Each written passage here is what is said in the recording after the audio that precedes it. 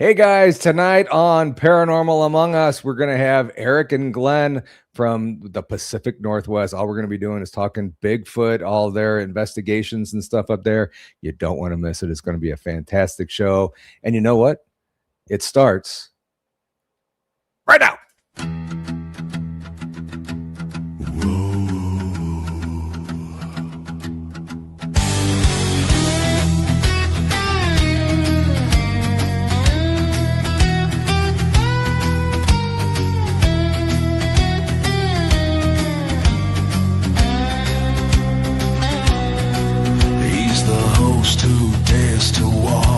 The shadows creep, waking up the mysteries. The old earth keeps exploring the unknown, keeping the wonder alive. He's bringing the flame to the legendary show, Paranormal Among Us, where the proof is paramount. Oh, we're talking about the ghosts and the good podcast times, investigating whispers from ancient haunted climes, from Bigfoot prints to a shadow in the hall. Amazing guests already answering the call, 'cause with Paranormal Paul, a new mystery.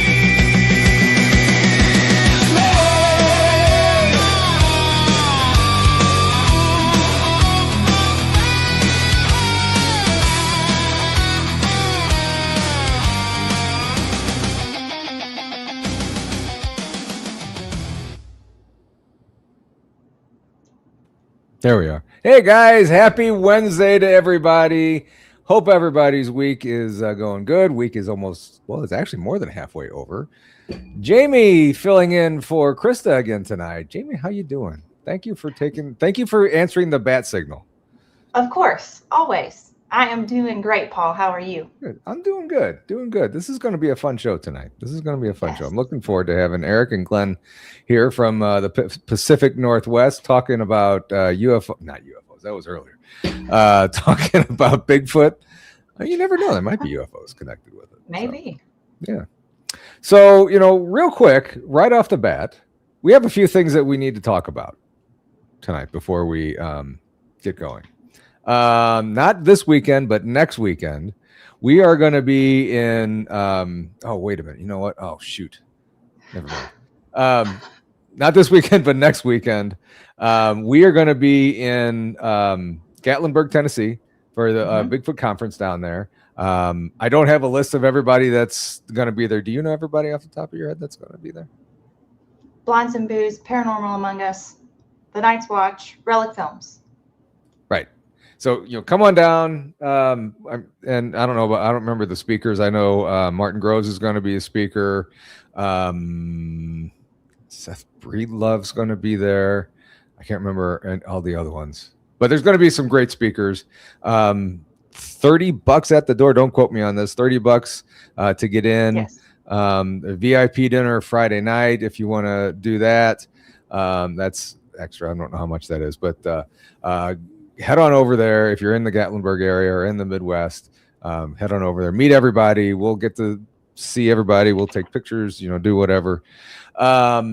Also, Jamie, you have some news starting in August. Yes. What do you have going on? In August, we are launching Liminal Operators. I'm so excited. It's going to be a live call-in show. So anybody and everybody is welcome to call in. Doesn't matter what it's about. Obviously, supernatural, paranormal, right. But call us. We would love to hear your story. So yes, August 2026, almost here.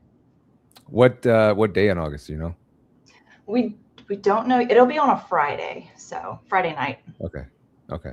So you're going to be a busy girl. Friday morning with the morning mix. Friday night with your show. You're going to be crazy busy on Friday. You're going to bookend the day. Right. Just perfect. Yes. Cool. Awesome. And you're going to be on with Jim and Natalie. So that's going to be a fun show. And man, I had something that I was going to, Hang on, please hold, saying here it is, September 18th through the 20th. We're going to be doing the Sasquatch and Dogman weekend campout. It's going to be a fantastic event. Bring your tents. If you have a camper, bring your camper. There is a hotel nearby, not close, but nearby if you want to stay the night there. Blondes and Booze are going to be there. I'm going to be there. Sasquatch Theory, Miguel's going to be there. Nightcrawler Sessions is going to be there. Haunted Garage is going to be there, and the Half-Inch Wrench Crew is going to be there. It's going to be a fantastic night. We're going to do ghost hunting. We're going to get in the woods. I don't know the total acreage that's going to be available to us, but I want to say like 500 acres around the property. So, come on out if you're in the St. Louis Midwest area around here. It's up in Marthasville, Missouri. That's going to be a fantastic event. $40 to get in. That's for 18th, 19th, and 20th. So it's going to be fun.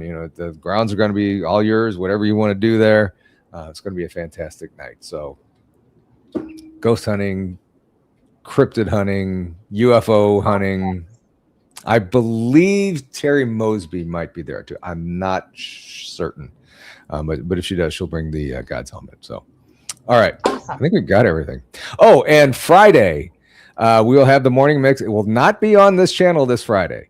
So you see it. It's coming across on the screen right now. It is in the show notes. Make sure that you click on that, go subscribe. We will only be on there from here on out. So make sure you head on over that way and turn the notifications on. And this Friday at 7:00, it's going to be a fantastic show. We were talking about that this afternoon. It's going to be fun. And next Friday is going to be a funny one. And next Friday is going to be a blast. And the Friday after that. And the Friday after that. We have next Friday planned too. And that's all right. Are you ready for our guest tonight? I'm ready. All right.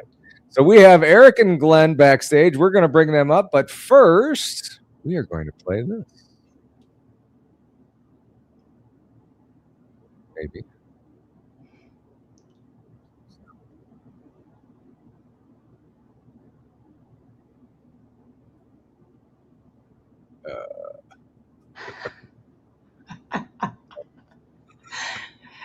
It worked earlier. I saw it. It did. It worked earlier. I know. I'm going to bring them up. Okay. Eric and Glenn, how you doing? Doing well, thank you. Why Are is we up? this play? We're up. This We isn't are up. playing though. I'd say I don't see myself on the screen here. Hang on. I'm trying to get this to play. Well, there we go. There we go. You see it now? I am. Oh, I can. There we go. Now I see. Now Okay. it popped in mine. All right. I'm going to try this one more time. There we go.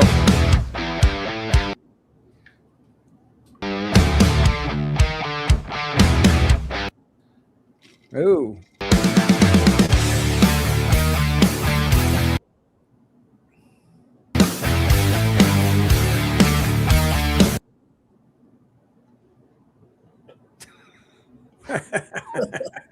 Okay. We'll just. Hey, Failure. It was cool. It would have been really cool. Yeah. Guys, thank you for coming in here tonight. I appreciate you taking the time out. Well, thanks for having us. Thank you, Phil. Appreciate you for 5 months. First off, before we get going, Eric, you were on here before. Glenn, you were having some kind of internet problems and when you couldn't stay on. So let's start off with Glenn. Tell us a little bit about yourself and how you got into. Well, we'll hold off on how you guys got into this. well, yeah. So I grew up in Tacoma, Washington, probably like 20 miles away from Eric. Never met him until I went to college. And Eric was a junior. I was a freshman. He was my first roommate. We became best friends, and we have a ton of interests together. We have the same favorite rock group. That wasn't planned. And Bigfoot's always been something that we've talked about and for many, many years.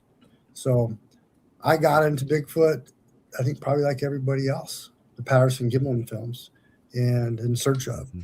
And my mom was always very, very kind of supportive of my inquisiting us into Bigfoot, and we lived right by some woods. So that's how I got into it. And as soon as we got our families raised, we have been Bigfooting.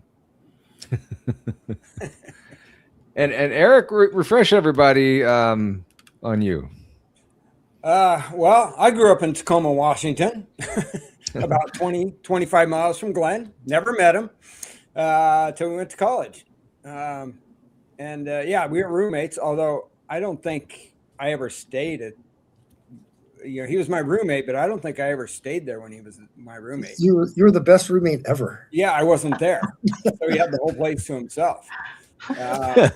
Yeah, I was off hanging out with my girlfriend, which is now my wife. So, nice. Yeah, so we grew up in college, basically, and played soccer together forever, and then started hiking, which was kind of an adventure when we first started doing it. That's for sure. It was it was about 2008, 9, 10, somewhere in there. We started doing backpacking trips, and we knew nothing whatsoever. We were like, I think our first trip, our packs were like 5,000 pounds. I mean, it was just ridiculous. We had cans of food. We had all this, because we knew nothing. So each trip was like a learning experience to figure out how to make our packs lighter. And we got them down to, 20 pounds or so, 25. While we were stupid, though, that the very first trip we went on, we had these like $25 tents from Amazon. You could see through them. And we got stuck in this really cold area right by the snow. And it's bad, right? I mean, it's really bad. We're freezing.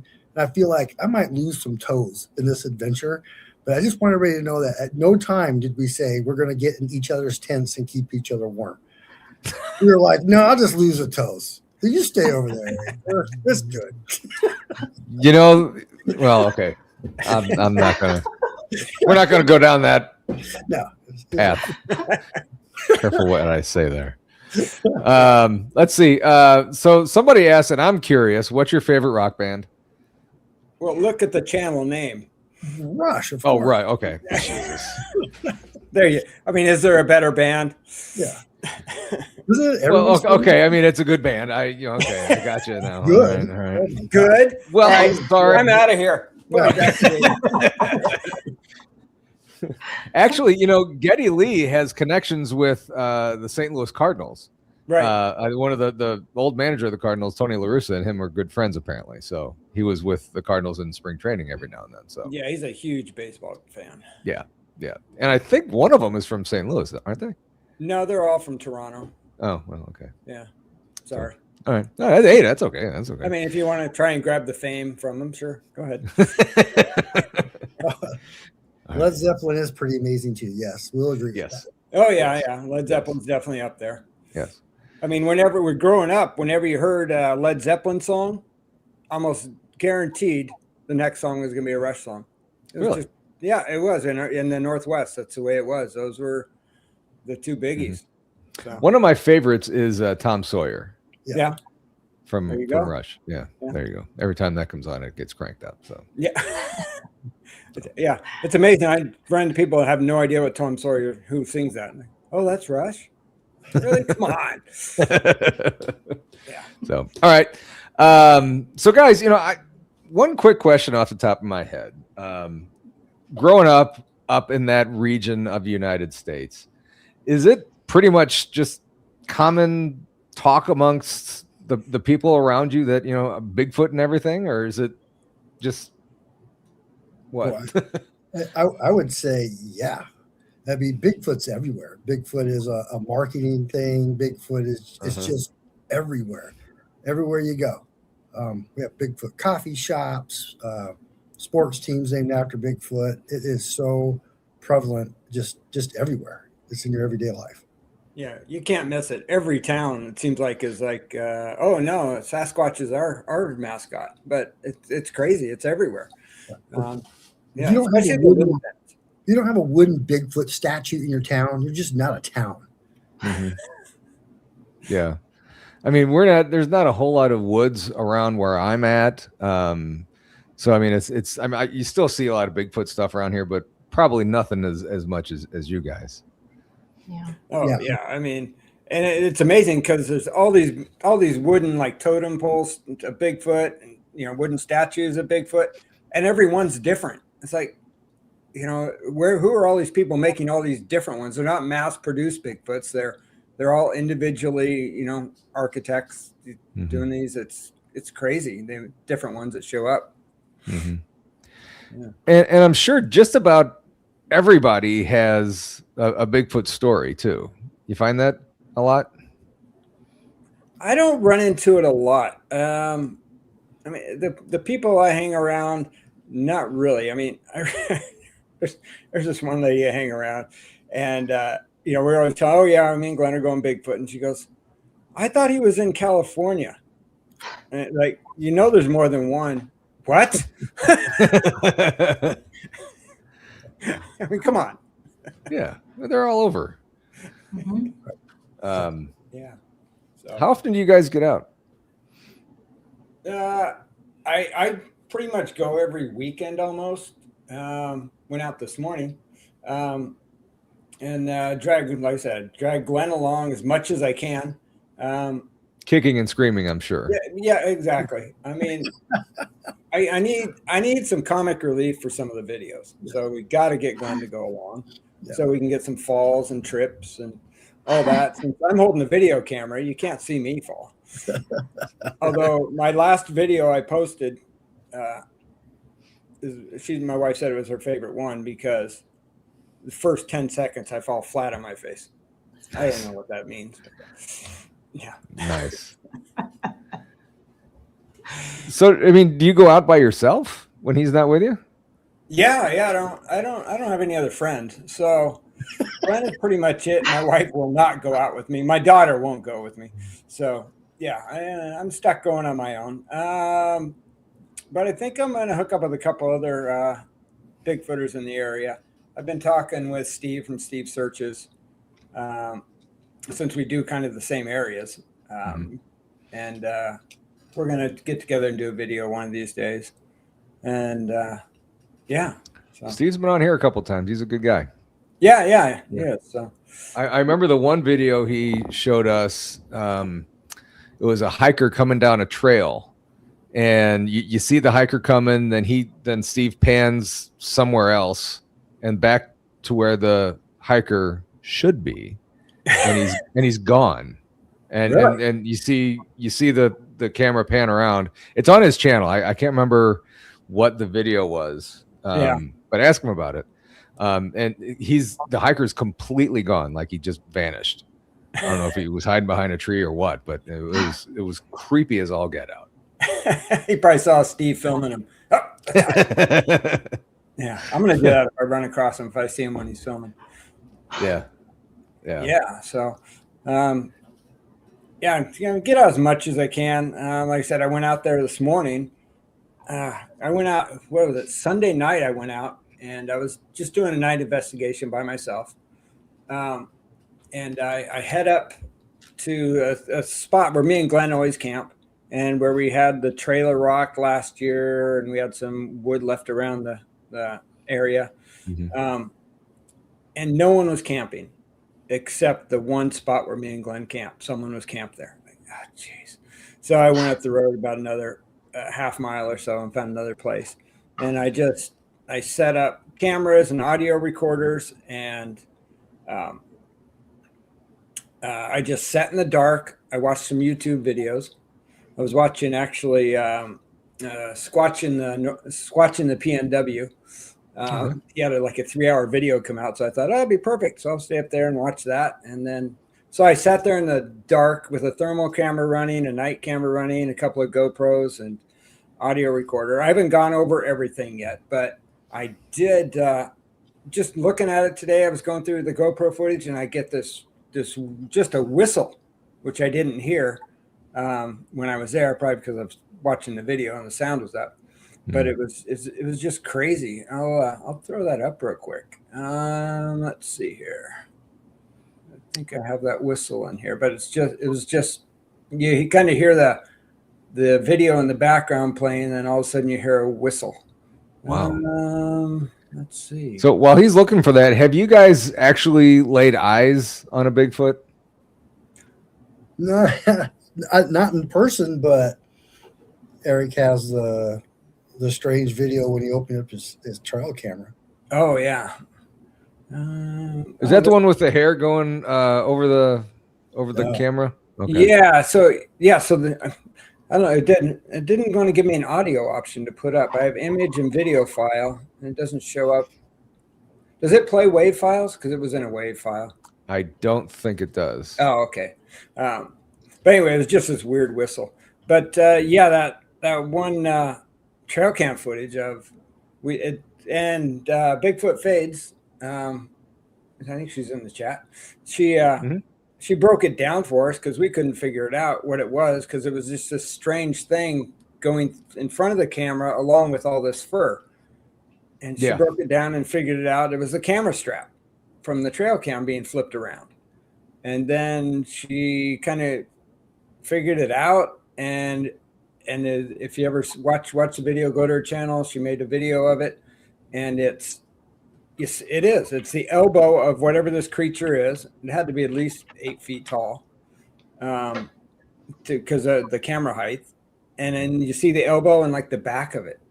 But it was messing with the trail camera, and the part me and Glenn were freaked out on and couldn't figure out for years was the strap, because it looked like, oh, maybe it's someone in a ghillie suit because it's a pattern. And she broke it down, it was a pattern. It was a strap pattern. So I mean, thanks to her for that, because we were just like, I don't know what to do with this, because we couldn't figure it out. Yeah. And that was just weird. I can put that up if you want to see that real quick. Yeah. You want to throw that up there? Okay. That would be right there. Got it. So that's just the raw footage. Yeah, and you see that pattern that comes through. That is the camera strap being flipped around. Wow. But yeah, it's just big hairy arm, and it's definitely not a bear. And something, that's moving that camera for sure. Oh yeah, it's definitely messing with the camera. And so, there's the. I'll take that off. There's a link that you can see the video on Fades' channel. Yeah, or if you want to show the video, I mean, it's a great little breakdown. I mean, it really does. It shows you exactly how she broke it down and what it is. Oop. I don't know if I can get to it or not. Let's see if I can. And I also, it was a little before that, but I got a person walking up to the camera, and we figured out it was Cliff Barackman. And then he walks right next to the camera, so he obviously knows it's there. But if you look at the height of Cliff and the height of this creature, Cliff is just a dwarf compared to this guy. Really? Because they were both right next to the camera. So it's, the camera was up there for about a year, I think, maybe longer, in that same spot. So, I mean, do you put trail cameras all over the place? Yes. Yeah, we do. But I mean, yeah, we've gotten some things with them. And the weird thing is, I have one trail camera. It's by the company Ape Man. And it's a horrible trail camera as far as quality. But it's the only thing that ever catches anything. And it's bizarre. Because I recently, which we'll talk about probably here in a little bit, caught something behind me with that trail camera. Really? Yeah, and it was strange. And then it caught that Bigfoot thing, and then it did one other thing as well. God, I'm trying to remember which it caught something else too. But it seems to be the one, like, I don't know, can you not see that one? Is it Because all the other trail cameras capture wildlife. Yeah. A ton of wildlife, but this is the only camera that catches what possibly could be a Sasquatch. Yeah.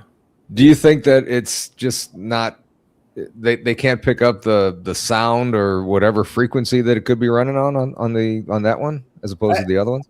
Yeah, maybe it's different, a cheap Chinese brand or whatever it is. Technology, who knows what they use. I have to get those 5-year-old kids and ask them. But yeah, I have no idea. So but it's weird. And I've talked to other people, and they say just buy the cheapest cameras you can. Yeah, I mean, yeah. So, And go ahead, Jamie. I was just going to ask them, when y'all typically go, researching, do you go in the day or at night, or what is your preferred time frame to go? go ahead, Glenn. So we do both. So a lot of times we're going during the day, we're looking for prints, we're looking for evidence, checking the trail cams. And then we'll also go out at night. And Eric has a really cool thermal camera, and we use it during the day too. But at night we'll go out and do some night hiking, which is great. It's a lot of fun. Mm-hmm. But yeah, both for sure. And that, just real quick on the trail cams, it's really interesting is that when we do find something and we want to put a trail cam up, we'll put a trail camera up, and then most things just stop to exist. We'll not have the activity unless it's something like you just saw with the camera strap, something manipulated from behind. And we'll try to do some like intricate patterns to try to capture whatever's moving through that area. And we'll catch cougars, bears, deer, elk, but not a Sasquatch. Yeah. So like Eric said, there's something with that one camera that's a little different than the others.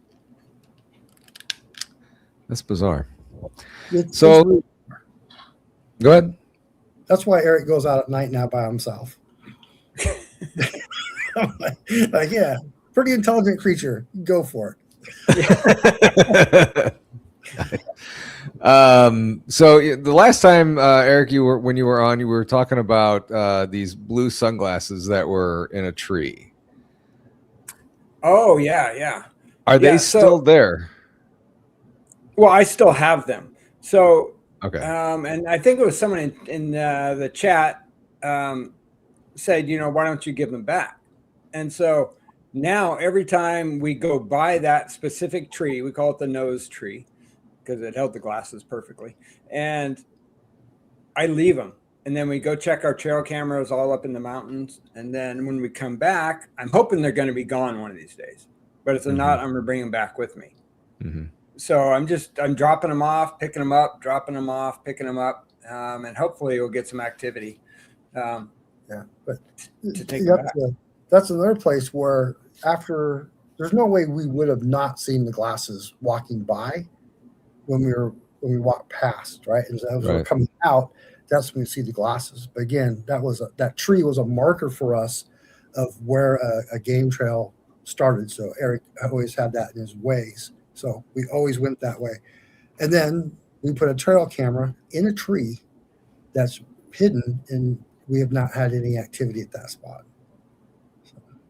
Yeah. It would be an interesting thing to try is put Yeah. that trail Nothing camera at that all. you have a lot Pretty- of success with, put that there and see what happens.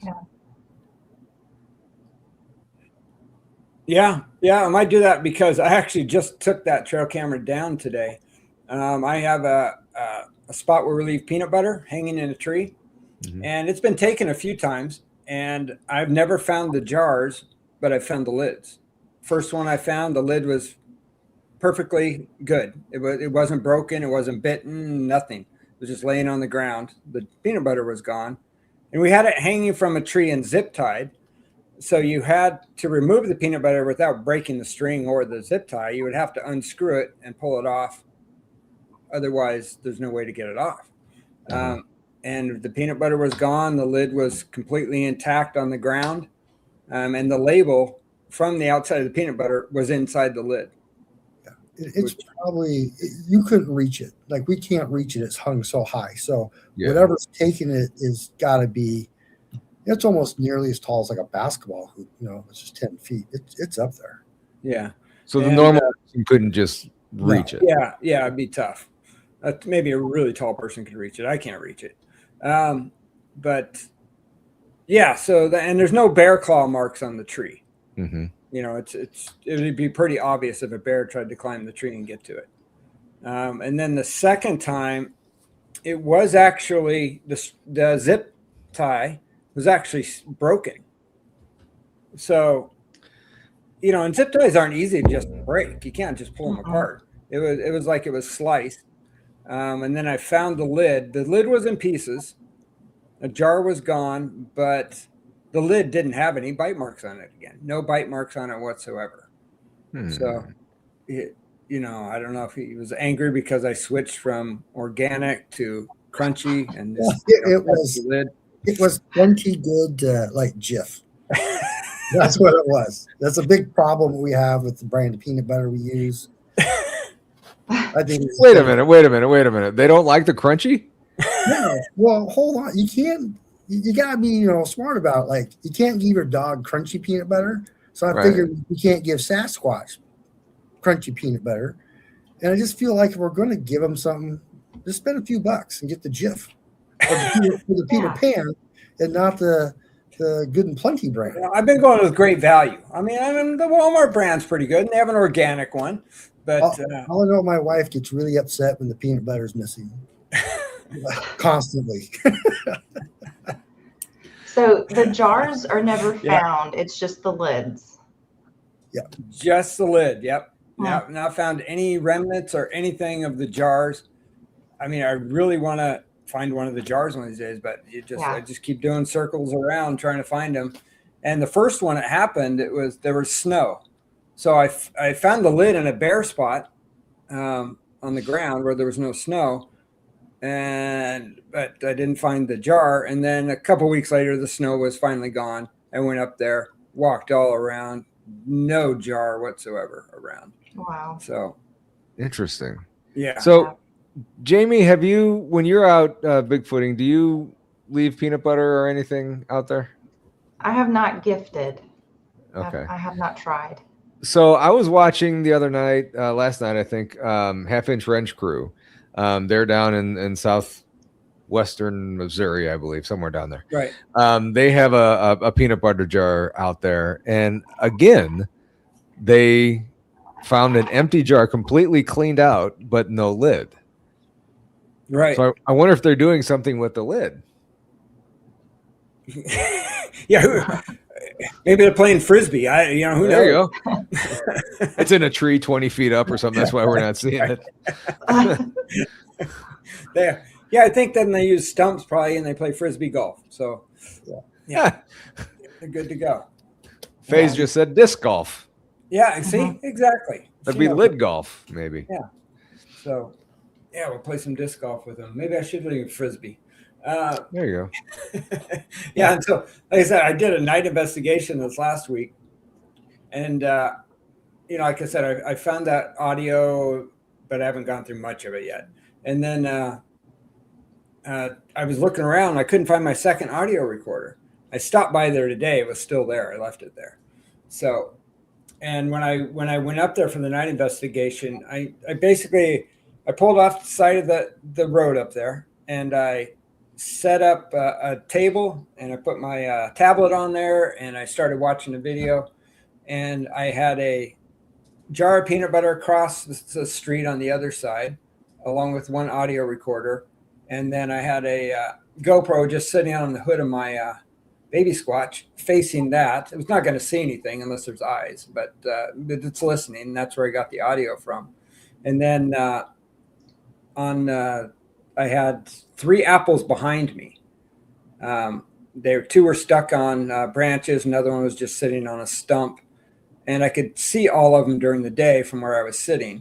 So I had a thermal camera that was sitting right next to me about this high up, and the screen was in front of me. So I could watch my video, and I could watch the thermal screen to see if anything went up there and grabbed it. And I had an audio recorder up there as well. And nothing took anything. I didn't hear anything, nothing weird. I went up there today. All 3 apples were gone, no remnants of them. And that was only like 3 days ago. And one of them was about 6-7 feet up in the air on a branch. So, but the other 2 would have been easy to get to for any little creature. And then I found my audio recorder up there too. So hopefully it caught something, but taking the apples, maybe I'll hear something. Yeah, it was just kind of interesting. Have y'all ever been on, an investigation and things just got kind of weird, or, you sensed something was maybe going sideways in a way? Well, Glenn's more touchy-feely for me than that. I'm the sensitive one. That's okay. That's okay. Yeah. Yeah. Well, the trailer rock thing, that was something that just went wrong because you were sleeping and I got up in the middle of the night just to, use the tree as a restroom. I get back in the trailer and it's swaying back and forth. It was kind of nice actually, it's moving. And I didn't think much of it because Eric is always, the guy's like he changes the propane tanks and stuff. So I figured he was just changing the propane tank. So I went to bed. This thing just rocked me to sleep. So the next night we're doing a night hike. I'm like, hey, it's plenty warm in the trailer. You don't have to get up and freeze and change the propane tank. And he looks at me like he normally does, like, hey, you're an idiot. And he's like, I didn't get up and change the propane tank. And then it hit me like, we can't move the trailer physically. When we set the trailer up and do things. And so the trailer was definitely swaying back and forth. But I think, and that was creepy. Like, I just kind of stopped there and went like, hey, maybe we should go home now. But Eric was like, no, we should stay here and figure that out. Like, Eric has never watched Scooby-Doo ever. He's never seen the show. What? Yeah, because he's always that guy, like, oh, we should stay here. Like, no, we shouldn't. But, so that was super weird. But then you get the feeling when we go to Mount St. Helens, it's a very different vibe than when we go towards like Mount Adams. It's a very different vibe of Bigfoot. And you can see it in Eric's research as well, that definitely there's a more aggressive, you hear footsteps, you hear different sounds when we're at Mount Adams and Mount St. Helens. Not the same. It's just way, way different. So the camper thing is really interesting because when we were in the LBL, there were tent campers and there were also people in, campers. And everybody that was in a structural camper, they got messed with. Like, theirs got rocked. Really? The tents were left alone. So they must not really care for campers. Well, ours is a tent trailer. Yeah. Oh, okay. It's a tent trailer though. It's a structure. It's on wheels. It moves. Okay. It looks like a solid thing. Mm-hmm. Yeah. But it was it wasn't like a violent rock though. It was Little push. It swayed back and forth. And my feeling is when Eric goes camping with a treat, everybody should go camping with Eric. He like lights the forest up with this big boom box that has these lights, and it's like a giant, not a disco, cool. it's like rock music, and then we watch movies. So if you're in the woods, we're literally the most interesting thing out there. And we're kind of looking to see if things are watching us, but because there's so many lights going on, you can't see. So I think what probably happened is we go to sleep and it's boring. Like, rock the trailer, get these guys back up. You didn't leave any food out. It's pretty cool. Yeah. Kinda. That trailer rocking incident as well. So we looked around after we talked about this. I think, no, I didn't do it. We looked around the trailer, and we only had propane for a campfire. We didn't have an actual campfire, so we had no wood. I looked around. There was a big log. It was a cut log, probably taken from another site, but it wasn't there before. And then underneath where the propane is, where Glenn thought I was, messing with the trailer, there was another stick that wasn't there, because I do mess with it. I was the one, I take care of everything. So we had, one giant log. It was probably, that big, just a campfire log. Mm-hmm. And the other one was, it was just a stick it was like a Y-shaped stick. And yeah, they weren't there before, either one of those. So it was just like, I don't know. We kind of went through it, like, what could rock a trailer like that? It would have to be, like 4 people. It would have to be like a bear backing into it, or an elk rubbing up against it, something, but it would have left a lot of, push soil or something. There's just nothing. Yeah. And you think there would have been grunting or hair left over on the trailer or something like that? Yeah. Leanne, where is it? Leanne made a comment, and the thumbnails are really small on the chat, and I couldn't see it. And then I popped this up, like, oh my god. That's It awesome. might be that they know they won't hurt anyone messing with a trailer. Humans pranked by rocking a trailer. Well, Could be. I Yeah. mean, maybe there could be, there could just, what's this kind of material? Something like that. right. Or maybe they did change my propane tank. I don't know. That would have been very nice of them to do that.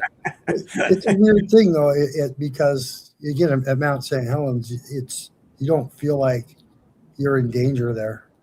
Mhm. And if it was humans rocking the trailer, maybe, because I'm sure we make a lot of hunters mad when we go to the mountain. So you just said something very interesting to me. I mean, all this has been interesting to me. Don't get me wrong, but you said when you go up by Mount St. Helens, you don't feel in danger. No, Jamie, when you're in the LBL at night, it doesn't feel safe, does it? No. So No. why do you guys think it's so different? You haven't been to the LBL, but why do you think it's so different up in Mount St. Helens than in the LBL or other places maybe? well, Eric had this great idea. Eric never has good ideas, but this great idea was we're going to go to this Falls Creek place where he found this big fence structure, and we're going to sit outside under some trees away from this thing at night, and we're going to wait for a Sasquatch to come murder us. I'm not sure what the grand plan was. He had a camera and stuff like that. Sounds like a great plan. Yeah, I don't know. Yeah, I'm curious why we even went, but we're sitting there, and it's like creepy dark, and it's just everything about that place is creepy, but it's also a place that we feel like maybe that's a hunting area, where you hear aggressive footsteps he's caught on a recorder.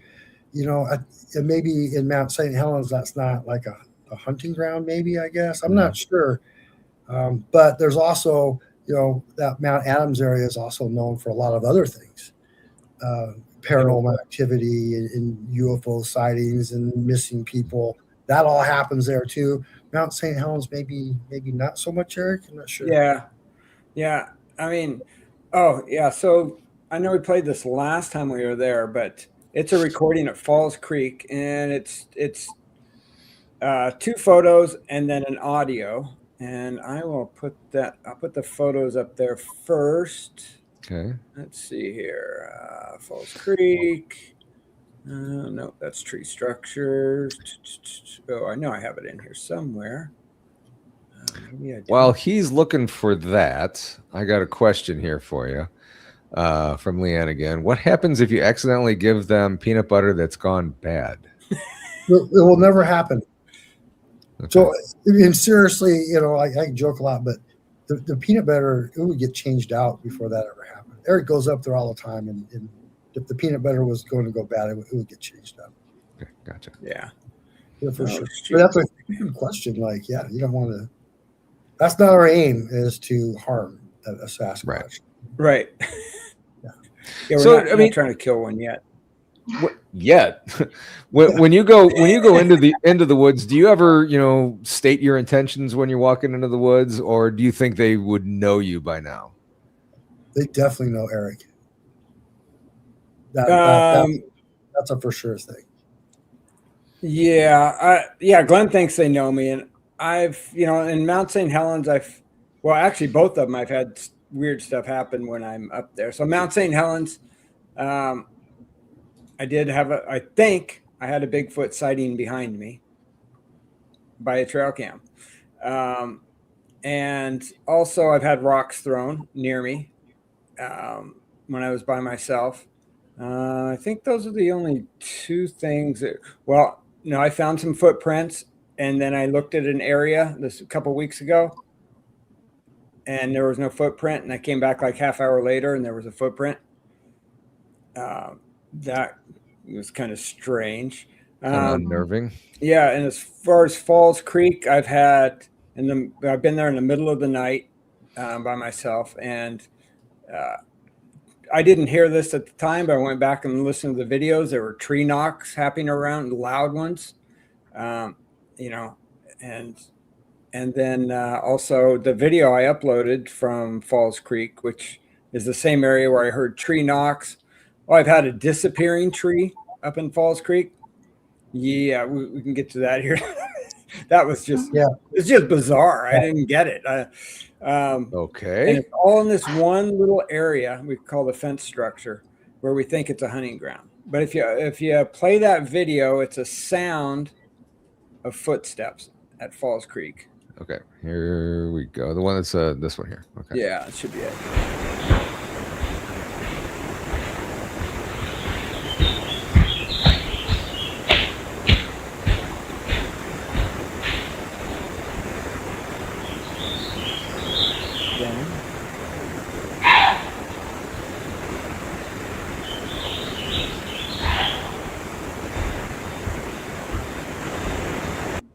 Yeah, so that video, before that, my trail camera took 2 photos. Actually, took 3. But the first photo was a deer running on the right side of the screen. Mhm. Second photo, the deer's on the left side of the screen. The third photo, he's off screen. And then the video starts. And you hear these footsteps, which we couldn't recreate. We've tried walking through there, and the camera doesn't pick up our footsteps like that at all. And I counted, I think it was 18 steps before it stopped. And then you hear the screech, and then you hear in the distance a reply to that screech. And then you hear the footsteps leaving again.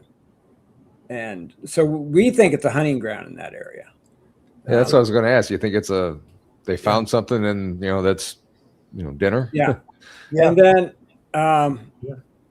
what was it? About a month ago, talking about Steve from Steve Searches, he uploaded a video. He has cameras in the same area I do. Like I said, we do the same areas. And it's probably like 40 yards from where mine was. The camera shows a deer sprinting across the screen, and you hear heavy footsteps again. This is like 6 months after my video. Wow. It was like watching my video if the whole thing was a video instead of just 2 photos and then a video. But yeah, you see the deer sprint and then you hear these. Wow. Yeah. So I mean, it's got to be a hunting area, I think. Yeah, like there's a structure built to either to stop an animal, deter an animal, or funnel it, or do whatever. And Right. they're aggressive. They're not like I'm just strolling through the forest looking for some berries, or I Right. need to get somewhere maybe. Yeah, I uploaded a photo of the tree structure, which is actually probably like, 50 yards long? Yeah, it's Yeah, huge. 40, 50 yards long in reality, but there's a section of it right there. It's just kind of like a blockade that just keeps going. Wow. And that's where this happened. So, Holy cow. yeah. What do And you think those are? Like what do they possibly represent, do you think? Yeah, like I think they represent trying to steer the deer to go a certain way. Yeah. When So- you see the deer run at it on the video, even though there's a kind of gap there, it does slow them down. They have to maneuver, and so I think we call it a fence just because that's kind of what it acts like. It's a fence. Yeah. Game traps or corrals. Yeah, that's. Yeah. I mean, Yeah. we think that's what it is. And, with my video with the deer sprinting away and your footsteps, and Steve's video, the exact same thing. It just seems like more and more that that's what it's for. Yeah. Yeah. But, and then, Because I yeah, go ahead. go ahead. No, go ahead. You go. I was just gonna say I've heard people, say tree structures are maybe separating different clans or things like that. But the way you just described it, that makes a lot of sense, actually. Yeah. And there's different tree structures. So Mhm. we hike. So that tree structure is kind of in an open area. If you go past it, we hiked past it, and it was very dense the entire way. So no game animals are going there. So that is definitely like a space that would be heavily traveled by deer. Mhm. Right. Yeah. And so like I said, I have one camera on there, and it doesn't face the fence structure. It actually faces like parallel to it. And another weird thing is I just put up a photo. It's a photo of that camera. You see where the red circle is? That's where my camera is. That X was not there when I put that camera there. Oh, wow. Yeah. Yeah. And the green tree is still alive, and it's pushed over, and the dead stick is shoved in the ground and put on a branch so it can't fall down. And that's right behind my camera. Wow. The camera's facing away from the X, but I think they marked my camera. Yeah. I mean, yeah, I mean, we run into X's quite a bit, and we think the X's literally mean either you're at a boundary, a territorial place, don't go past here, something like that. But Eric actually has found X's in a line, basically in the forest. Doesn't look like that to us until you plot them on a map, right. but they're definitely. So the thing that I would wonder about is, do they want to keep you like from where we're standing at the camera angle? Do they want to keep us from going that way, or are we already in the bad area that they want to keep us out? I would think it's just a warning for themselves. I mean, that's how I see it. It's like they marked my trail camera. Okay. Like, okay, here it is. There's something here. I mean, I can't see any other reason to put up the X after my trail camera's been there for a while. Uh-huh. I think they put up, like Eric said, they mark it to say, don't go past here. There's a camera, or they're putting up the X's because that's their territory. So you see that in kind of the open forest or close to a river. I think it just means, hey, this is my area. So the Sasquatch needs to see on their side or something like that. And you can see down in the bottom where the dead branch is buried in there pretty good. Yeah. Yeah, it was a few at inches least a foot. Yeah. Yeah, I pulled it out originally just to see, and I put it back because I don't want to make them too angry. And don't do that. Yeah, there's no way that we've tried many times to recreate some stuff like this. And that ground's hard. There's no way that we can be able to do that unless we had some machine tool or something like that. Yeah.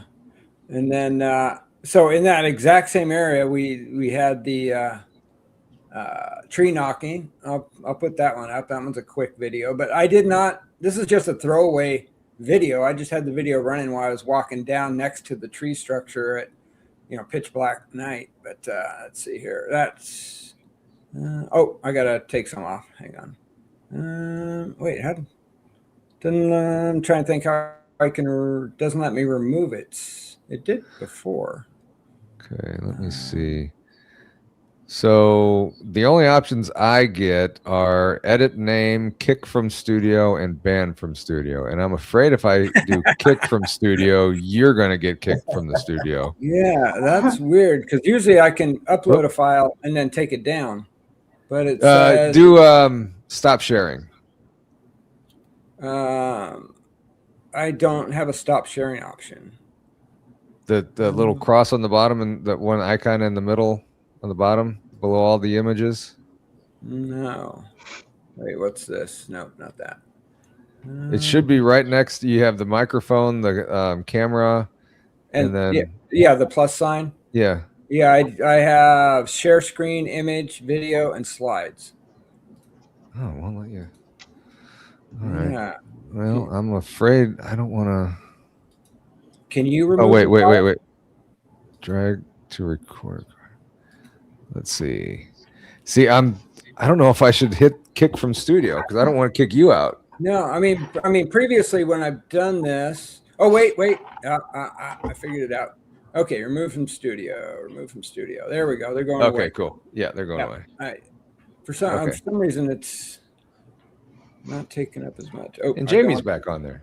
Yeah. You're down at the bottom. I didn't see your little thumbnail on the bottom. Like, where'd Jamie go? All right. Yeah. So, all right. So I uploaded the tree knocking. This, like I said, this happened in, pitch black. I was up there by myself, just checking the cameras. And so I just had my phone running, but I didn't hear this. And you hear me kind of humming to myself because it's a freaky place. And I just kind of hummed yeah, go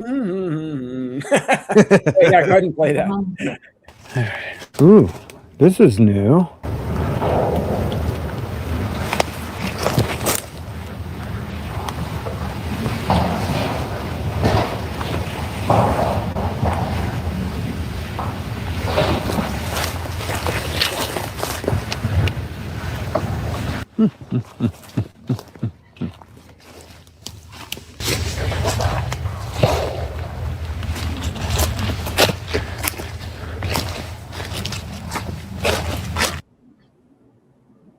Yeah. So yeah, like I said, I didn't hear those live, but you just hear them resonating off the tree.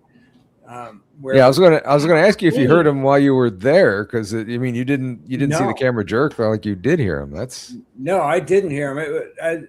It was just I was looking for a video for something else, and I need for Falls Creek, and so I was just kind of playing through some videos. Like, that's weird. I don't remember hearing that, yeah. but it seems like I should have heard it. It was pretty loud, but Yeah. yeah, that was crazy. Yeah. And then the other thing that happened there was the disappearing tree. Yeah, talk about that one. That's a little bizarre. You're telling me. It could not. I'm still trying to find that tree. So I'm going to load up 3 files in order, 1, 2, 3. Let's see if I can select all of them at once. No, I'm going to do one at a time, but I'll put them all up at once, I think. No, maybe, no. Let's see, image file. Did one go up there? No. Not yet. That's weird. Because I removed everything else. Let's try it again. Image file. No, now it's not showing up. That's weird. Yeah. It looks like it's going, but then it stops. Let's try 2. You know, What if we it's, have weird things happen on the show, so Mhm. yeah, I don't do ghost stuff. Come on. Let me see. It's a JPEG file. It's nothing weird. yeah, it should Yeah. should work. Oh, well, anyway, so I had this. I was at that same trail camera that caught the footsteps. In front of it, there was. I'm looking through the pictures, just looking through them, and I thought, wait, something's different. So I looked. I went back a frame, and there was a tree, a large dead tree, just kind of, covering the whole thing. Mhm. And then I looked at the next photo, and there's no tree. It's gone, but I didn't catch anything touching the tree or moving the tree. So I went back over old footage, Mhm. and so it was like a month before I found some footage I had, and there was no tree there. And then let's say like it was like May 15th or something. I look at a photo. There's a tree. There's this huge tree sitting there leaning against another tree, a dead one. And then I looked 1 week later, the tree's gone again. And no indication of anybody going up and grabbing it or anything. It was, So just weird. if the tree would fall on its own, would it activate the trail camera to record something? It would, but you don't have that.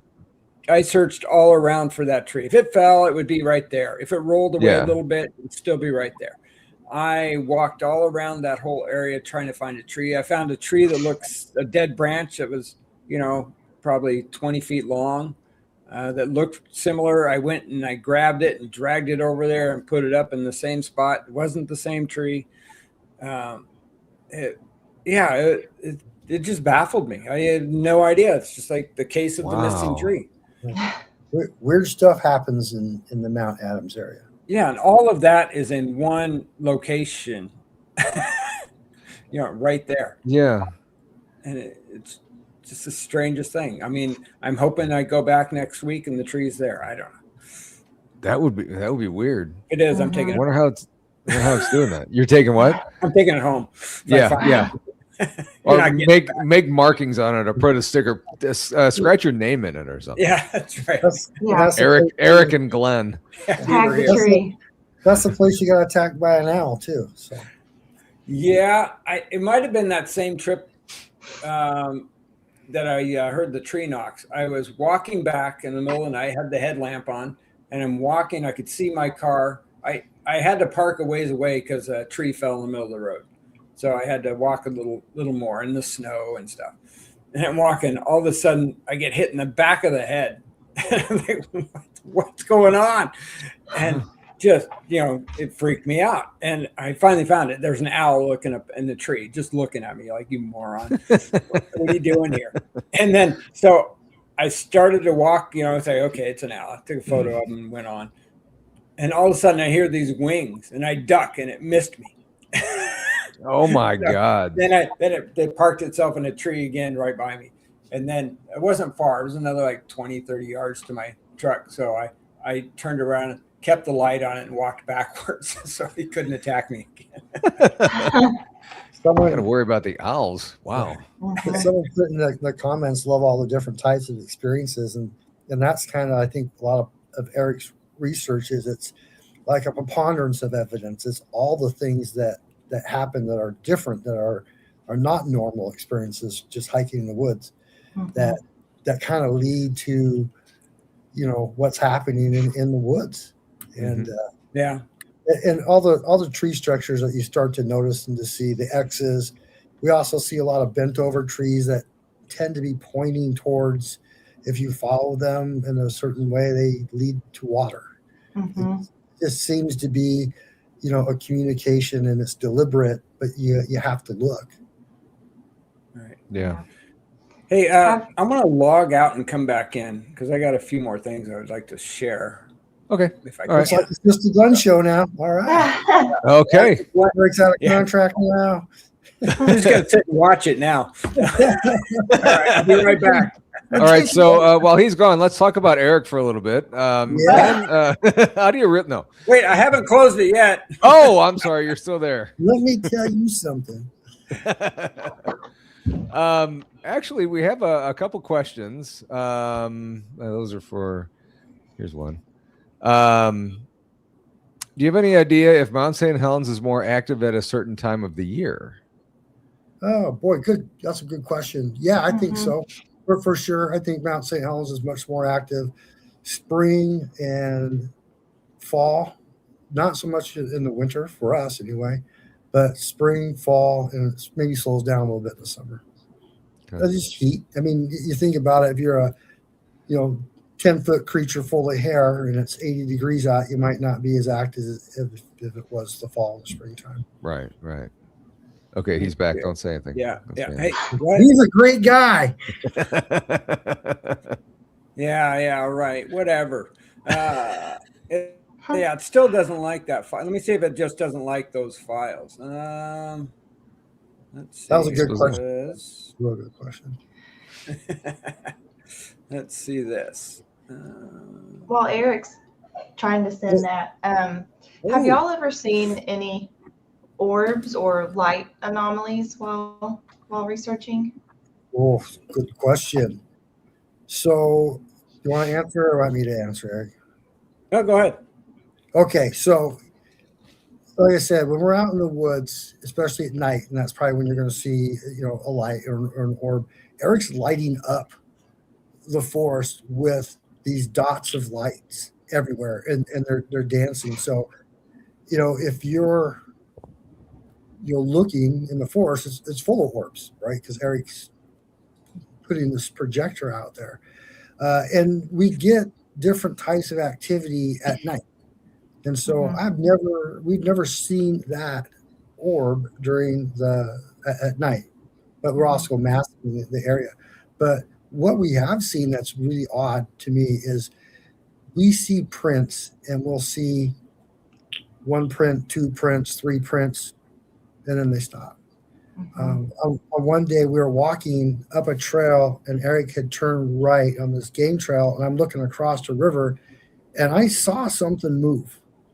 And it was in the bushes, it moved, and there was an opening. So I saw it move towards the opening, but it never appeared again. And so we stood there and we looked, was it a bear? Was it, what was it that is not there anymore? So later, after we crossed this river, we're walking, we see a print in the moss, and it's a really good print. We stop, but it's the only print. And then after we oriented ourselves, we're like, oh no, that's exactly where we were looking. We saw this thing move. But again, there's only one print. Why isn't there more prints? What happened to this? So I mean, there's to me, there's a lot of strong evidence of that, of saying, again, when Eric was just down there a few weeks ago, he hikes through something, comes back, sees a couple prints, but there's not a track that's long enough. So, Right. yeah, I mean, like I said, I've never seen an orb, but it's that whole preponderance of evidence that says, why are these huge creatures able to seemingly vanish? Mm-hmm. Absolutely. Have you guys heard the metal sounds in the woods as well? That's a good question. The metal sounds? Yeah, kind of like some people like a door closing, metal door closing, or a dumpster lid Yeah, closing. like the car door closing one. I haven't. No. Yeah, I I haven't heard that. I think one thing about us is we tend to make a lot of noise. Mm-hmm. So, I mean, there could be things that we don't see. But me and Eric just try to be human a lot in the woods. Yeah. So, I guess that's somewhat inviting. Yeah. Right. I mean, that's kind of the same thing with ghost hunting too. I mean, just have a normal conversation, and you'll tend to draw more things into you. So Yeah. I think when we first started, we were trying to be all stealthy. Yeah. And that's when we didn't see anything. But as soon as we were just talking normally and walking, that's when all of a sudden you go, oh, let's freeze for a second because something's happening around us. yeah. Yeah. Okay, we got the pictures up. Okay, so this. Sorry. No, that's fine. So this is my 8-man trail camera in Mount St. Helens. So I came up to Mount St. Helens. I was by myself. I crossed the river. I'm grabbing the SD cards out of the cameras. And this particular one, I'm grabbing as I walk up to it, it triggers. And I walk up to it. I grab the trail camera. I open it up. I turn it off. But it got one picture before I turned it off. And then this is the picture it took. And I figured out when I looked back on it when I got home that this was exactly the photo taken when I was turning off the trail camera. And if you see that thing standing over there in the background around inside the red circle, maybe you can zoom in a little bit. No, I can't zoom in on that. Let's see here. I wonder if I have a better one of that. It's kind of in the middle of the two on the left side of the circle. Yeah, it's but next to the big tree on the right side of the circle, on just to the left of the big tree. I'm looking at a different spot. Yeah, you see it. Yeah. Once you find it, that's the proper response is, oh, it's right there. Yeah, Okay. Let's see here. Oh, maybe this one. Try B1. Maybe that's a little closer. Or Bingo. zoomed in more. Sorry. Yeah, there you go. So you see that thing standing there? Yeah. Okay, You kind of so see the two eyes there. Yeah. I got home. I'm going through this, and I see this photo, and adrenaline just shot through my body when I figured out that this was the exact moment when I was turning off the camera, because I'm like, crap, this thing, it's right behind me. I had no idea. And I had my GoPro on my shoulder, so it wasn't facing that way, but it's facing the other way.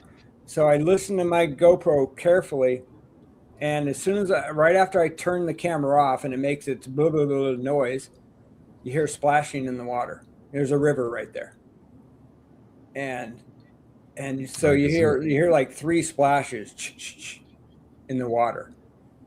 And then like 20 seconds later, I'm turning. Of course, I don't know that thing's there, but I'm just turning, and my GoPro looks that way, but there's nothing there. Wow. And so I kind of put all this stuff into AI, and it said, you have to go up there, you have to recreate it to see if it's shadow, to see if it's something. And went up there. Me and Glenn went up there the next week at the exact same time. It was just a sunny day, just like that. We took photo after photo, set off the trail camera, could not recreate what was here. And then we had Glenn dress up and walk in the river and play Bigfoot. Where's the picture of that? Yeah, we want the picture of that. There's one that says Glenn Bigfoot. It's not a good one, but it shows you where it thought Bigfoot was compared to Glenn. So Glenn's just a black dot there, not near as tall. And it actually, that's Glenn on the other side of the river. Holy cow. And according to AI, that's where the other thing was. It was on the other side of the river. Yeah. There. So Eric did a lot of work. I mean, I moved from one side of the river to the other side of the river to get it just right. And Yeah. That's as close as we could get. So obviously I'm 6 foot. This thing's Yeah. much taller than me.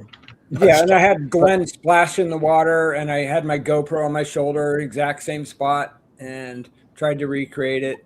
And Glenn's water displacement, when I put everything into AI, wasn't near as much as the displacement of whatever was there before. Yeah.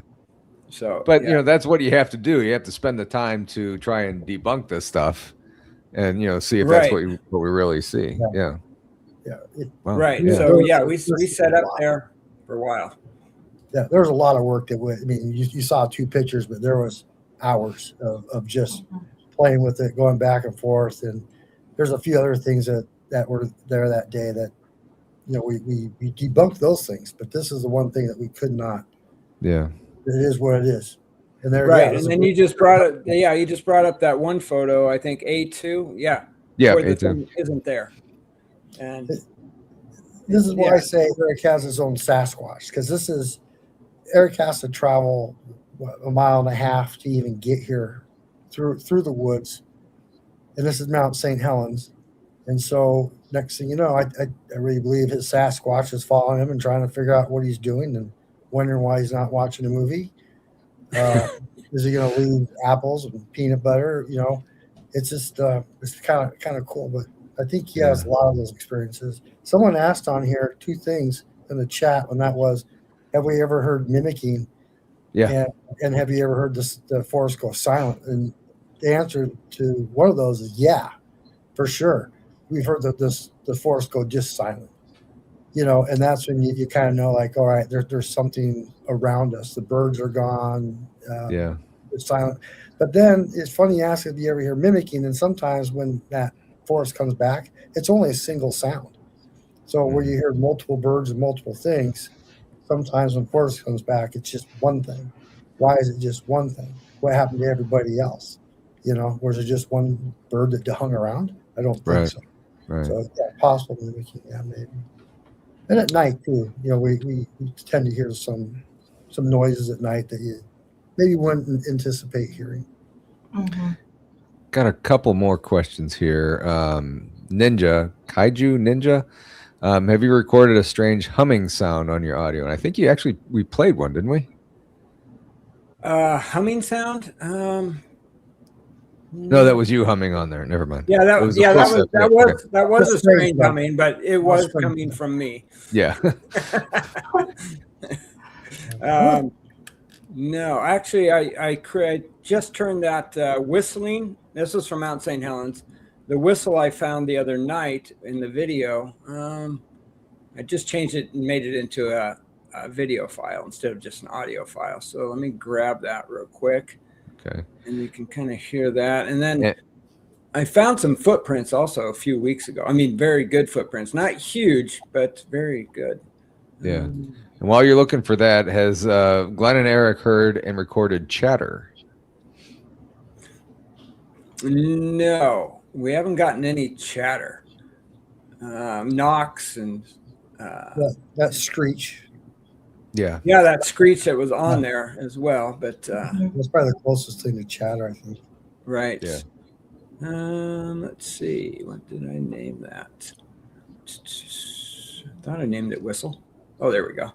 Okay, let me cut this and put it in there. Just put it up there. Okay, now let's see if I can put it in there. Let me get rid of a few of these. Remove, remove, remove, remove. And all right, so it's a video file. Should be whistle. There we go. It says it's a video file, but it's just audio. But this, yeah, I found this on my GoPro when I was doing my night investigation. Like I said, I haven't gone through hardly any of it, but this just stuck out to me.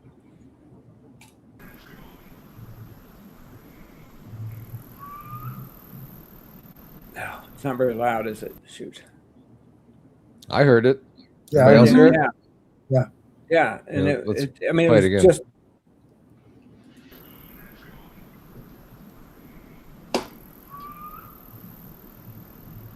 Yeah. So That so sounds that like I mean, a there might be whistle. more on the videos and audios, but I just haven't dug into it yet. But that one I just found this morning. It's like, oh, that's weird. and that's kind of middle of the night, so maybe not a lot of birds out right then. So, and it's pretty close to where he's found a lot of prints before. So, Yeah. you know, and a place he frequents often. Yeah. I mean, Fade said it could be a hawk, but I mean, it didn't sound like a bird whistle. I mean, it sounded like somebody. It sounded like a person whistle to me. I mean, Mhm. or Yeah. something with lips. But yeah. And then actually not far from there, along the Kalama River, I was there, was it 3 weeks ago, I think. Let's see here, Kalama prints. And I'll put up the first one there. So I'm walking back along the Kalama River, and I'm just walking, and all of a sudden, bam, this print is right there. Wow. And just a single print. That was it. Most of the area around there is rocky. So, and it's not a huge print. It was about 11 and a half inches as far as size. Yeah. But the weird thing is, let me put up this other image right here. This kind of, the next image, did it come up? Not yet. Not yet. There we go. There it is. So this shows where I found the footprint. And at the top of this, the one that says footprint 61426, that's where I found it. Now, this image is actually pretty old because it's grown up much more than this. But if you see the other black dot above that, I walked down that way and walked all the way down to where the green dot is. That's where I found Glenn found the baby stick structure there. But I walked all the way down there, didn't see any prints. And then I walked back up, and I go a different route every time just so I can catch everything, see if I see anything. Right. And I ran across the footprint 61426, the one that you just showed. And it's like, oh, okay, there's a footprint here. And then I before I cast it, I walked around and looked around the area, and it's only like 25, 30 yards between the two black dots. And I didn't see any other footprints. So I went back, I casted this print, and then I thought, okay, I'm going to go out. I'm going to go wait in my car because it's 95 degrees out. I'm going to wait for it to dry. And I walked back by where that black dot is. And I had looked there before. And that's the way I came in originally. Up on the top of the screen? Yeah. And then then I found another footprint right there. And this one, and it's the same foot. Image file. So I will upload. That's the one I'm uploading right now. And maybe I am. Nope. It said error. I didn't like that one. Let me see. Of course. Yeah, of course not. It never does. Shoot. I'll try it one more time. There we go. Now it made it. So that was a single footprint about 25 yards where I had walked at least twice past there, and it wasn't there. Wow. Yeah. That's a strange looking big toe. Yeah. And also, what was it, like 9 months before this, on the other side, not far away, if you walk straight there, it would probably be 250 yard. Okay, you see the bottom black dot? Yeah. That we found, on 8/24, we found smaller prints, 8 inches, and I think one was 7-inch. We found 2 different size prints. Yeah. I'm thinking it's one that's growing. That's my hope. It's one that's just getting bigger. And What was that noise? I don't know. I heard it too. Oh, that was my computer. That was Oh, okay. that was a Slack message. Okay. Sorry. So I'm thinking I measured then the length and the width of the footprints from August compared to the length and the width of the footprints I just found, and the ratio is exactly the same. So it was growing long as it was wide at the same ratio, because I can't remember what the ratio was, but they were identical. So Right. I'm hoping that it's the same Bigfoot, just getting bigger. Yeah. So you just found the one footprint in that area, no other ones around there. Right. I could not find another footprint. And it's not a place people want to go barefoot. I mean, yes, there are some sandy parts there, and people do go down in there once in a while. You see, people, you don't want to camp there because it's just windy as hell at night. But we've lost our tent a few times when we tried it. Wow. I think the cool thing though is this: when we found the small prints, and they're along this bank of a river, that it's just not practical for a human to do that. Like, it'd be irresponsible if you're a parent to let your child go run in this crazy mud. It just is. But there's multiple prints everywhere. It almost signifies play. Like, it's going one way, it's going the other way, it's facing the river, right? It's kind of all over the place. We can see that. That's cool. Yeah. And then You can see this one. So this is the one I just found, and this is the other one. See the size difference, but they're the same ratio. Yeah. As far as that. And if I don't know if you can see this right here, the little toe, it's angled in. I think it's broken.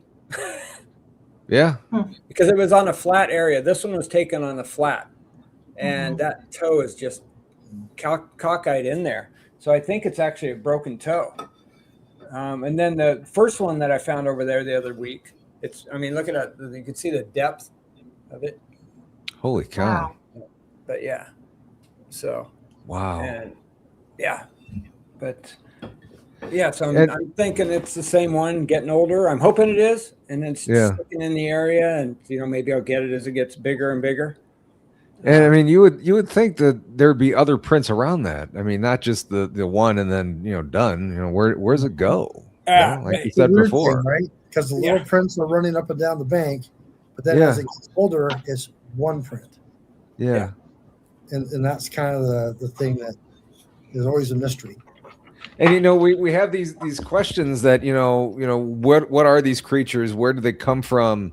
Are there orbs that are associated with it? And then you get something like this, see one footprint, and then you get more questions with it. Like, where do they go? And what's going on with this? I mean, it's just crazy. And a print comes after he walks by it. Yeah, that second print baffled me, because that's the way I walked in, and I would have seen it, because there's a muddy area. It's probably only like 10 feet long, where it's that consistency of mud. Other than that, there's a lot of rock, and I would have seen it. And then, like I said, then I came back the other side and I found that one print. Then I walked around, didn't see another print. I cast it, and then I was going to walk back up to the car. That was the way out, and there it was. We've casted other animals, bear, and elk in that area. But the thing is that when we're casting those, we're looking at 50 or 60 different prints trying to find the best one, because they don't disappear. Right. Wow. Yeah. And it's sandy. Like, even when we go, we can track ourselves. So where do they go? How do they get there? What's the meaning? And I honestly believe that they know Eric's not a threat. So right. Yeah. So I put up the picture of both prints right after I took them and put them in back on my car. It shows, because of the dirt and stuff, it shows the prints better. Yeah. Wow. So, yeah. But Yeah. Damn, that's crazy. Mm-hmm. Jamie, did you have a question? I did. So we know that you both research in the Pacific Northwest. Has there been any other regions that you research or want to research? Is Bluff Creek the Northwest, Eric? I don't know. yeah, I don't know. But I mean, Bluff Creek's where we started. And it's just so far away to get there. But we went there probably, 3 or 4 times a year for like 3 years. I think if you're a true Northwesterner like we are, that's a whole different region going to Bluff Creek, which is just on the other side of the Oregon border. But Right. Mm-hmm. that's where you found where we found the first print ever.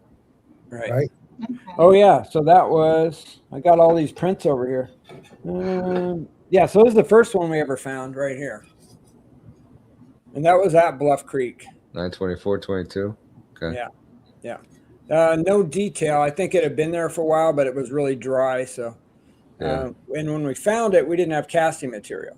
So we came home, and then a week later we came back, or 2 weeks later, and cast it, and it was still there.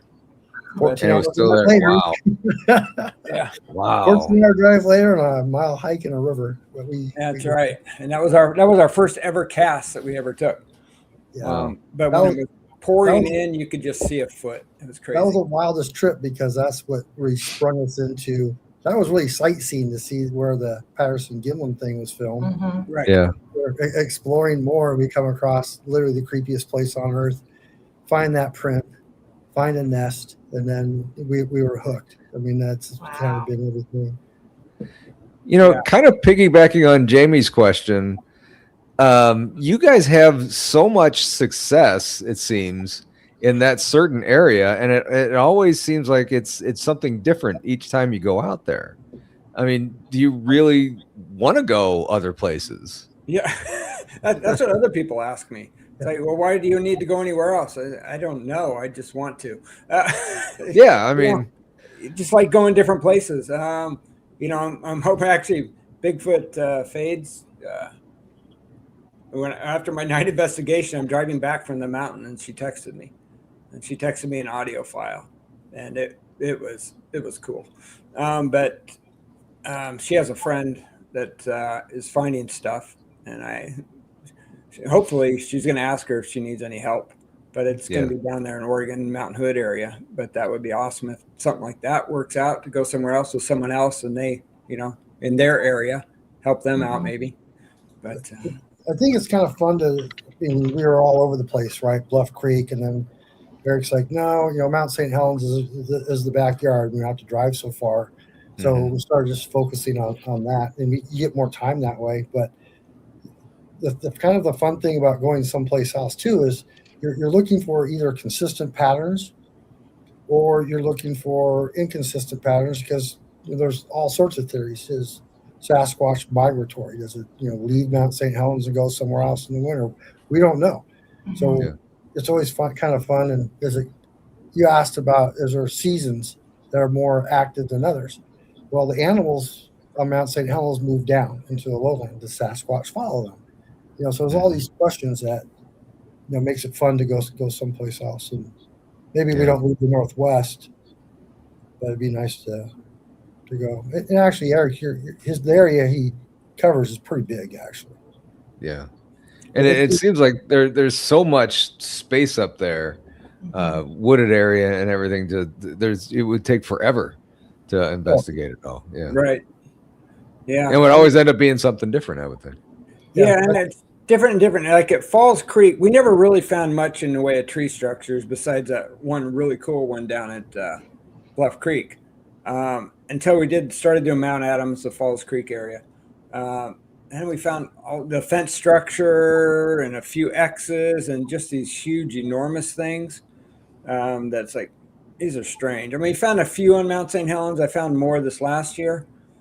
But, the best one really is that baby stick structure Glenn found on Mount St. Helens, which was very similar to the one we found in Bluff Creek. So now let's bring that up. And that was just down from where all the little footprints were found. And so as we found those little footprints, we turn the corner and all of a sudden we find a little tree structure. Right. Or just So, the- well, Oh yeah, Well, Eric's looking for that. yeah, it's up. Yeah. You guys have done this for a long time now. what does Glenn and Eric think Bigfoot is? What do you think it is? I mean, You go first, Eric. you see the You prints want and me then to they go all of a sudden first? stop. Yeah, so me and Eric Bigfoot together all the time, and we talk about these theories, and are constantly changing our minds, and we may not. It's kind of cool with Eric is we can have a discussion because we might not always agree on what it is. Go ahead, you go first. What do I think Bigfoot is? I mean, my thought is it's a Nephilim, part angel, part person. Okay.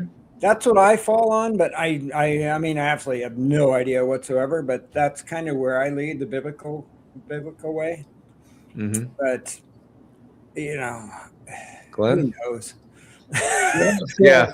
Yeah. I mean, who knows? We're trying to figure it out. So, I really believe Bigfoot is, not a lost tribe, but it's definitely, hominoid, humanoid that it doesn't want to be found. It has no advantageous reason for us to know it.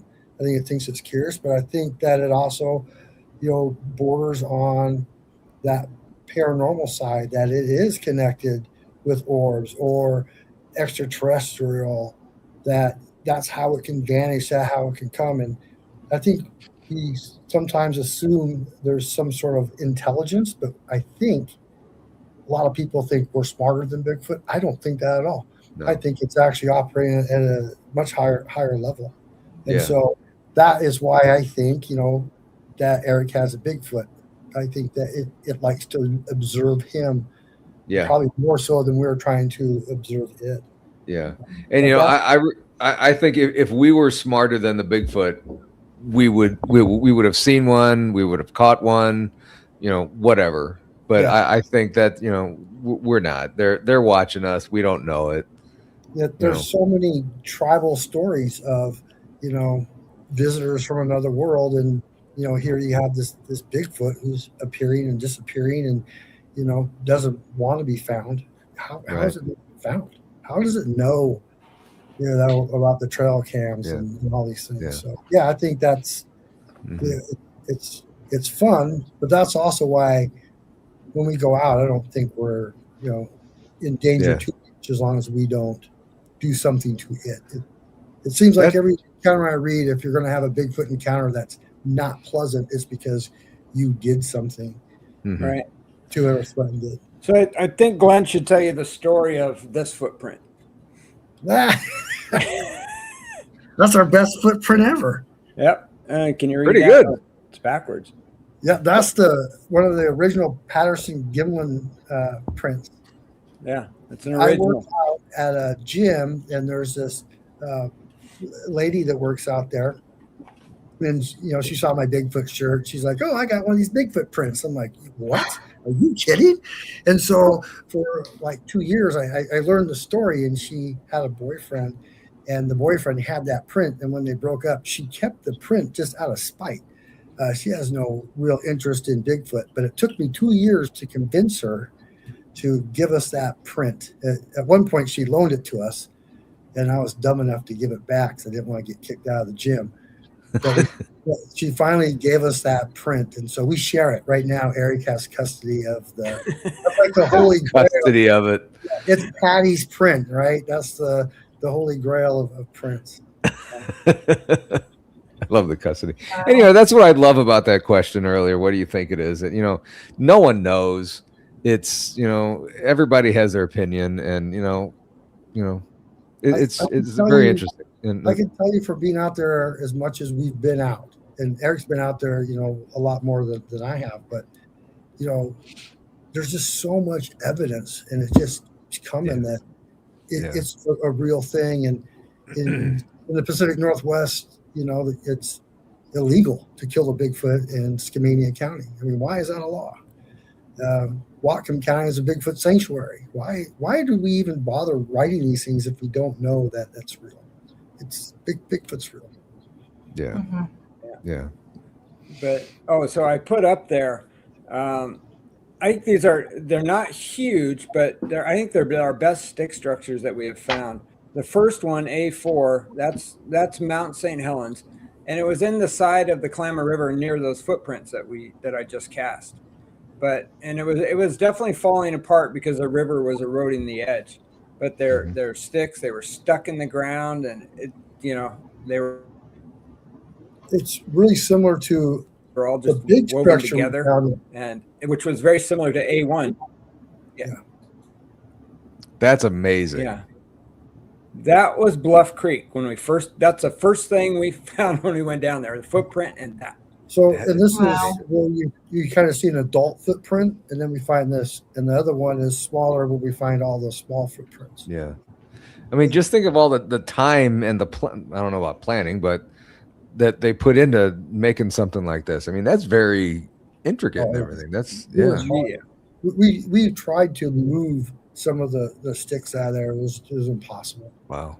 Yeah. And if you look behind it, there was an entire nest that had eroded. Eric was literally standing in this nest.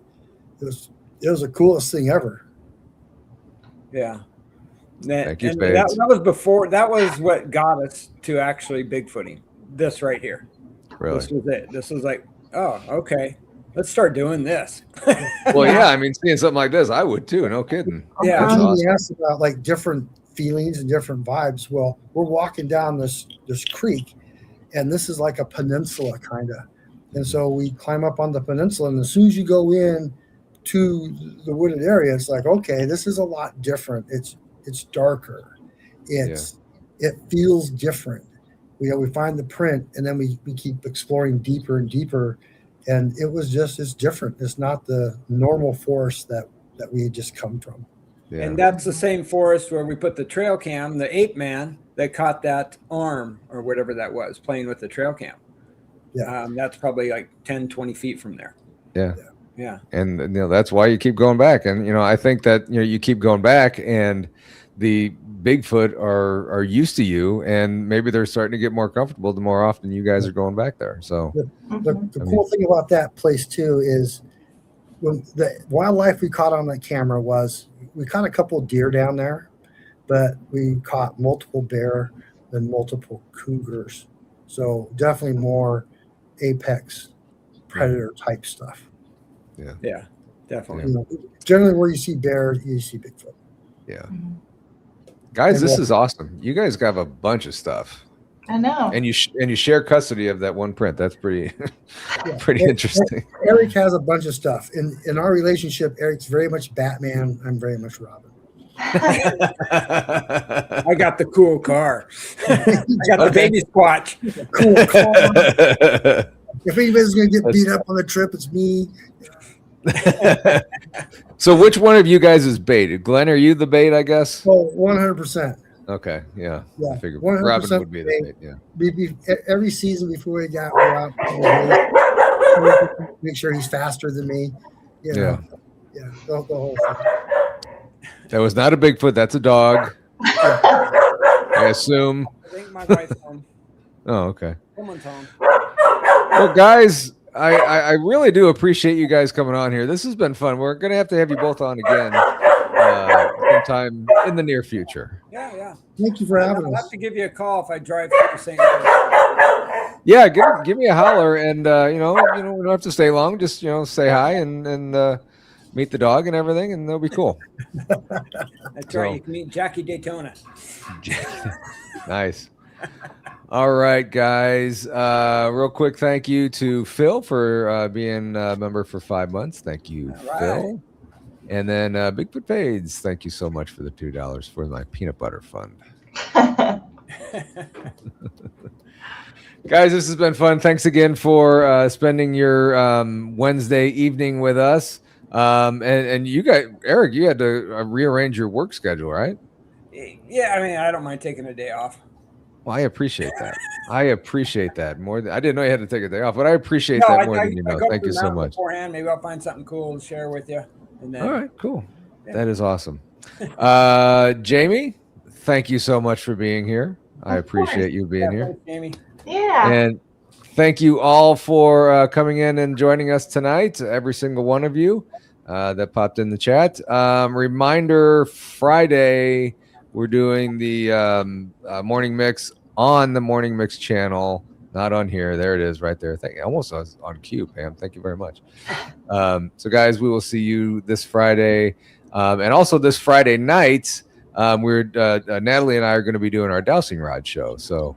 Make sure you tune into that. So that'll be awesome. So, guys, once again, thank you very much. Thank you all in chat. Thank you, Jamie. And we will see you all Friday. Have a good night, everybody.